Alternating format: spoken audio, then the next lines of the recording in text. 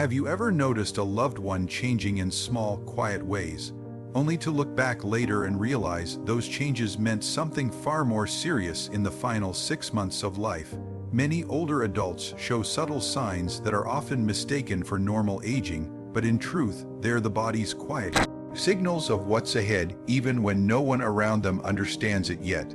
And here's the thing, while some of these signs are clearly physical, others are rooted in emotion or even in the soul. Some are almost invisible, others feel puzzling, and a few might catch you off guard. In this video, we're going to explore 6 signs many older adults display in the last months of life. These signs aren't shared to scare you, but to help you notice, prepare, and maybe even find a sense of calm in what's already beginning. If you're supporting someone close or walking this path yourself, this might be one of the most meaningful videos you'll ever watch. Make sure you stay until the end, because the final sign is one that's easy to miss, yet it often speaks the loudest. Now, let's begin with sign 1, a sudden burst of energy or clarity. One of the most surprising things that can happen in the last 6 months. It's something doctors often call a rally. It's when someone who's been quiet, withdrawn, or sleeping a lot suddenly lights up. They might start chatting, eating better, or laughing like their old self again for a moment. Everyone starts to believe they're getting better, and it feels like hope. But in many cases, this renewed energy doesn't last, and instead it marks a shift toward the final chapter. The body sometimes releases stored energy or goes through a temporary change in chemistry. The mind becomes sharper, the pain feels lighter, and for a short while the person truly feels like themselves again. Take Helen, 82, for example, who had been barely awake most days. One afternoon, she asked for her favorite meal, laughed with her grandson, and sat up at the table. Her daughter told the whole family she thought Helen was turning a corner, but within 2 days, Helen's energy disappeared just as suddenly, and her decline continued. It's not about losing hope or giving up, it's about understanding what this moment really is: a final opening, a sacred space to say what needs to be said, to forgive, or simply sit together in silence. These rallies are not false hope, they're moments of meaning, and when seen through compassion, they offer a deep connection in the days that follow. Sign 2, gentle withdrawal from social life. As the end of life nears, one of the clearest but often overlooked signs is a slow fading away from the outside world. It doesn't come all at once, but shows up gradually over weeks, months. The person might stop picking up the phone or begin turning down visitors. Even chats that once brought joy can start to feel like too much. This isn't usually because they're angry or deeply sad, though those emotions might be there too. More often, it's because the body and spirit are shifting into a quieter rhythm where outside conversation, even from loved ones, becomes draining. Friends might wonder, he just doesn't talk like he used to. Family may notice that someone who was once full of life now sits quietly or prefers not to come out. This isn't them pushing people away, it's the body beginning to rest, to conserve, to go inward. Walter was 79, a man known for his stories, the loudest laugh in the room, the first to call, and the last to leave gatherings. But slowly he stopped going to dinners, then stopped replying to messages, until one day he told his daughter, "I just enjoy the quiet now." It wasn't sadness, it was peace. And within a few months his health began to fade, but because his family had noticed the changes early, they were able to be with him differently, more quietly, more completely, without expecting him to be the same outgoing storyteller he had always been. This slow stepping back can show up emotionally too. The person might seem less interested, less responsive, even about things they used to care deeply about. This doesn't mean they've stopped loving or caring. It simply means their focus is turning inward toward reflection, memory, or the body's slowing need. This isn't a problem to solve, but a shift to recognize and respect, one that calls for patience and presence. Because in those still moments, something powerful can happen, a connection beyond words rooted in simply being there. If you're still watching and finding value in these signs, comment number 2 below to let me know you're here.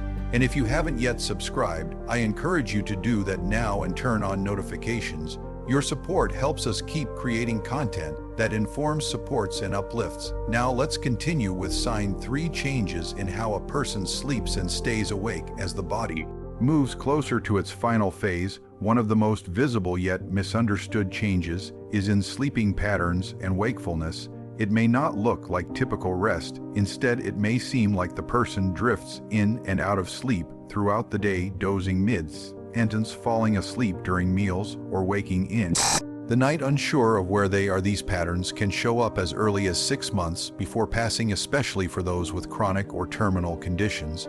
But they're easy to miss because from the outside it simply appears as increased fatigue. What's actually happening runs deeper. The body internal clock, known as the circadian rhythm, begins to lose its rhythm. It becomes harder to stay alert during the day or to sleep deeply at night for elderly people nearing life's.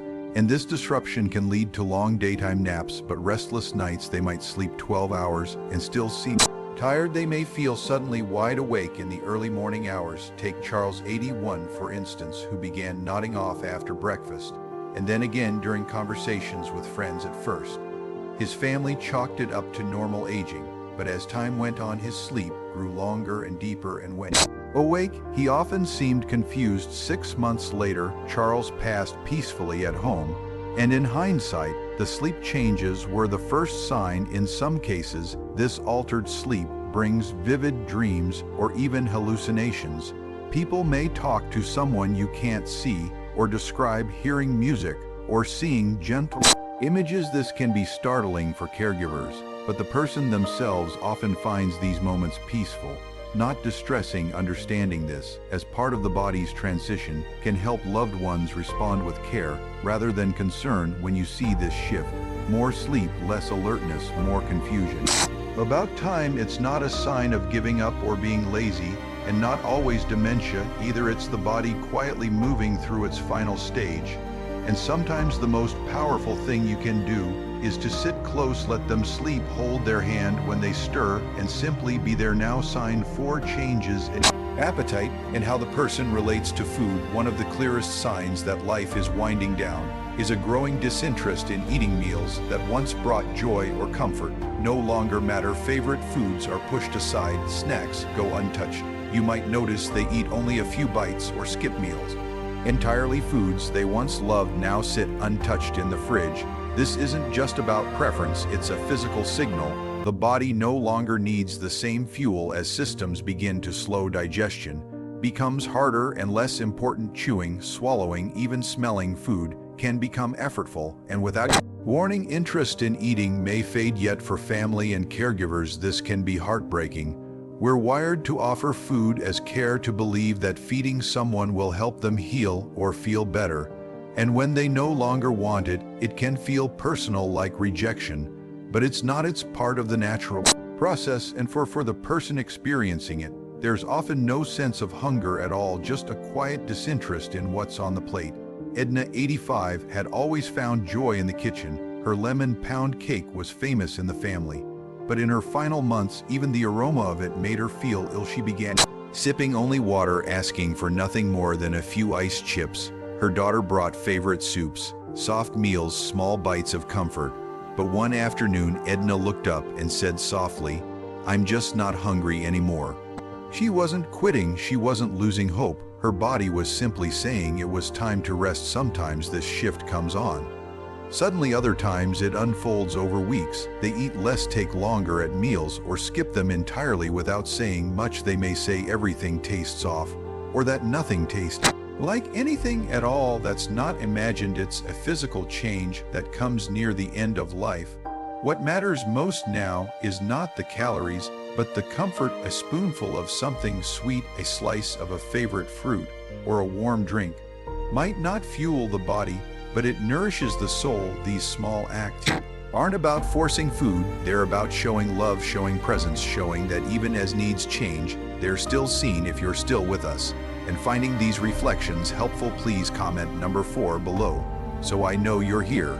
And if you haven't subscribed yet, I invite you to do so, and tap the bell icon so you won't miss what's coming next. Your support helps us keep creating videos to guide and uplift. Now, let's continue with sign 5: coolness or color changes in hands and feet. One of the more visible but often misunderstood signs that can appear in the final 6 months is change in temperature or color in the extremities. You might notice someone's feet seem paler or slightly bluish.